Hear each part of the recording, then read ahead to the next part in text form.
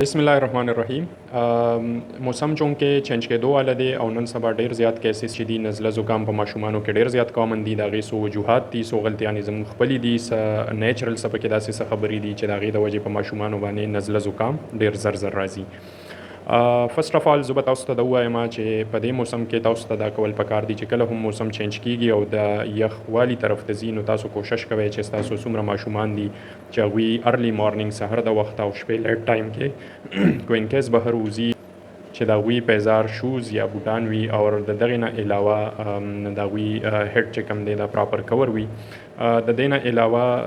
د ماشومانو په خوراک باندې خاص فوکس کوئ چې ماشومان خوراک ښه کوي، د دې سره به د هغوی امیون سیسټم چې دی دا به سټرانګ وي، نزله زکام به پرې بار بار اټیک نه کوي. ان کیس کو نزله زکام وشي ماشومانو ته، نو تاسو ته دا هم نه دي پکار چې په خپله باندې ځئ او د بهر نه دوايانې راوړئ، انټي بایوټکس راوړئ او هغه ماشومانو ته ورکوئ،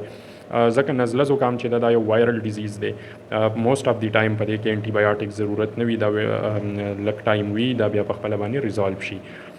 خو که تاسو د دې په دې اولنۍ خبرو باندې عمل وکړئ، یعنی ماشومان چې دي د هغوی پراپر د هغوی کپړو باندې تاسو خیال وکړئ، د هغوی پیزار باندې تاسو خیال وکړئ،